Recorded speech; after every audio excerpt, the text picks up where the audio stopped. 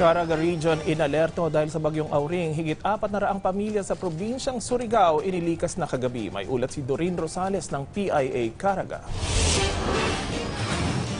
Nasa signal number 1 na ang Tropical Storm Auring at inaasahang magla-landfall sa Caraga Region ngayong linggo. Inaasahang tatama ang bagyo sa mga probinsya ng Surigao kung kaya't kahapon pa lang ay nagsilikas na ang mga residente ng probinsya. 7 LGUs na sa Surigao del Sur ang nagsagawa ng preempted evacuation kung saan higit 400 pamilya galing sa 16 na barangay ang pansamantalang naninirahan sa mga evacuation centers.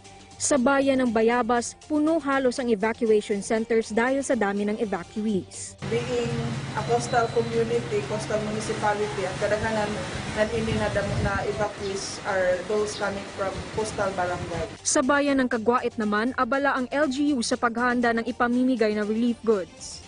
Yesterday, we started packing relief goods. Patuloy naman ang monitoring ng DRRMO sa probinsya ng Surigao del Norte, lalo na sa mga disaster-prone areas at koordinasyon ng iba't ibang ahensya ng gobyerno at mga LGUs bilang paghahanda.